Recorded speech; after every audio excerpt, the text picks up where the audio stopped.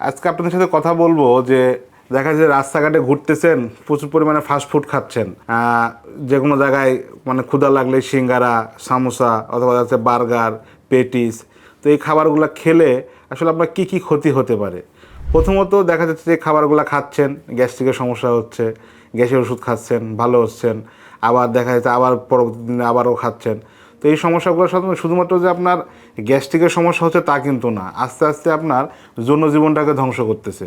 তো যারা এই বেশি পরিমাণে জাঙ্ক ফুড অথবা দেখা যায় এই যে ফাস্ট ফুডগুলো খাচ্ছেন, তারপরে কোল্ড ড্রিঙ্কস খাচ্ছেন, তো তাদের দেখা যাচ্ছে যে একটা সাডেন পিরিয়ডের পরে তাদের যখন বিয়ে শাদী হয় বা বাচ্চা কাচ্চা, মানে বিয়ে শাদীর পরে যখন আপনার স্ত্রীর সাথে সহবাস করতে যায়, তখন তারা দেখা যায় যে সময় বেশিক্ষণ পাচ্ছে না, দ্রুত বীর্যপাত হয়ে যাচ্ছে, অথবা তাদের লিঙ্গ ঠিকমতো শক্ত হচ্ছে না, লিঙ্গটা শীতল থাকতেছে, স্ত্রীর প্রতি আগ্রহ কাজ করতেছে না।